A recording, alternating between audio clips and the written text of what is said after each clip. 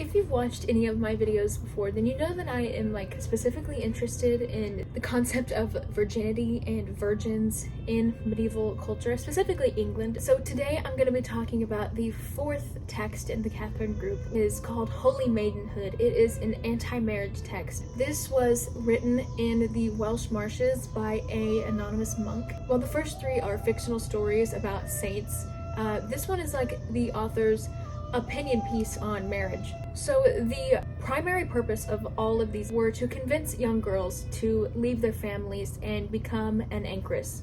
An anchoress is a virgin woman who lived in a very small room attached to a medieval English cathedral, and this woman would literally anchor the cathedral to heaven through her marriage to Jesus. In medieval England, it was believed all virgins, even children, were married to Jesus and a bride of the Lamb. So since the anchoress anchored the cathedral to heaven, it was very important she stayed in the cathedral at all times and was never allowed to leave that tiny room. Inside of it, there were only 3 very small windows. One into the Eucharist so she could see a church service, another one into a servant's quarters, and the last window, which was the smallest, to the outside so she could communicate with visitors. We know the Katherine group was specifically written with the idea of noble virgin women reading it because, frankly, that's who could read at the time, and an anchoress had to be financially supported. One of the first books written in English was actually a guidebook for anchoresses to follow. And some of those rules were: you cannot own jewelry, you cannot curse, you cannot send or receive letters, you cannot criticize men for their vices, you cannot eat meat or use fat in your meals, you must just eat a diet of stewed vegetables, you cannot own any animal bigger than a cat. Which means the anchoresses had cats living with them, and I just love that. So while they were secluded, and to a lot of people this sounds kind of like a horror story, I think it's interesting that there isn't any actual evidence that the anchoresses were sad. They probably lived better lives than most peasants, and they held quite a bit of power in medieval parishes as townsfolk, particularly women, came to them for advice.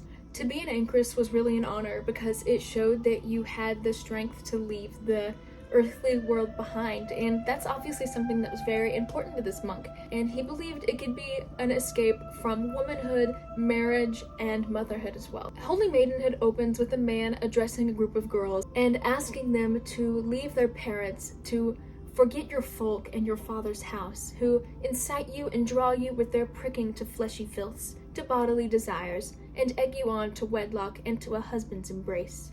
False folk of deceitful counsel. So the wording of false folk shows that he thinks that these rich nobles want to marry their daughters off so they will commit the same sins they did. That wantonness which begot you on your mother, that same filthy flesh's flame, that burning itch of bodily desire before that fleshy act. The emphasis of the words flesh are very interesting, as earth was a test designed by God for you to fail and fall into temptation. So you can see how this is really appealing to a young noble girl whose parents are probably trying to marry her off. So although the king will desire your beauty, you need to keep your maidenhood, as it is a star that once rises will never rise again.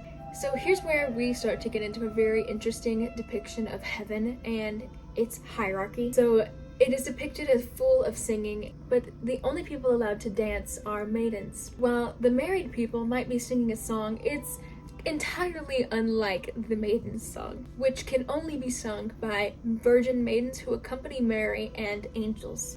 Sweet are these songs, but the Maiden's Song is entirely unlike those, shared with the angels, the song over all songs in heaven. The text also compares virgins to angels, saying, "Angel and maiden are equal in virtue through the might of maidenhood." And then he basically lists a Abby Lee Miller pyramid hierarchy of women in heaven. So at the bottom of the pyramid, women in wedlock, with only 30-fold fruit in heaven.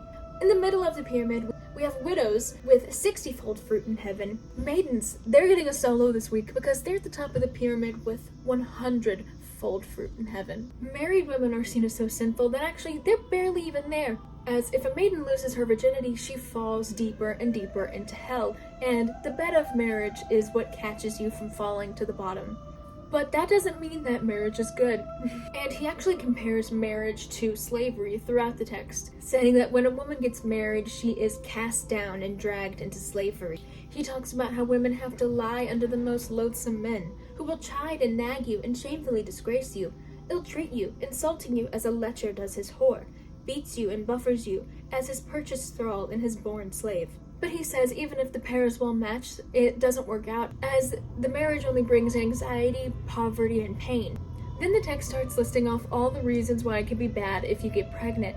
And this is honestly really interesting to me, as it just appeals to like a lot of the anxieties a young girl would have, like the very high likelihood of death during labor, or if you can't conceive, being labeled barren, the possibility of having a deformed child, and just the general anxiety of having a healthy baby and trying to keep it safe. Now what joy does the mother have, who from that deformed child has both sorrow and shame and fear for that healthy one until she loses it? And if the child is healthy and safe, then you actually have to take care of it. From that the child is born, wailing and weeping, which will wake you up around midnight. And look, the filth in the crib, and sometimes your lap, to swaddle it and feed it for so many weary hours, and its growth so sluggish and slow. Little does the maiden know of all this same misery, of the wife's woe with her husband, nor of their deed, so disgusting. I find this depiction of a good Christian woman so interesting because it's just so different than modern Christian traditional values, and specifically American Christian values, which are focused on a quiverful of God's children to populate the earth. But medieval Christians thought that earth was a test designed by God for you to fail, and falling into earthly pleasures like romance or having a family will just make you spend more time in purgatory.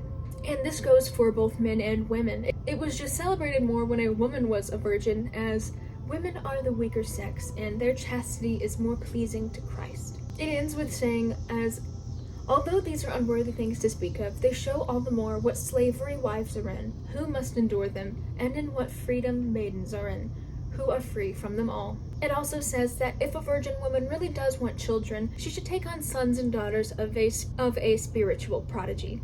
So yeah, that was just a quick reading into Holy Maidenhood, which is the 4th text in the Katherine group. And I will be linking all sources down below. This is like something that I study like for school. This is something that I'm very interested in. I would consider myself like a medievalist because that is someone who studies medieval history, and that's what I'm doing 90% of the time. So I feel like that's what I would classify myself as, even though I am still a student. I love to research. I love reading medieval literature. Sorry if this is a little short. I'm kind of getting the hang of not like rushing as fast as I can because I think that I'm a TikTok brain. Also, be nice to me. Thank you.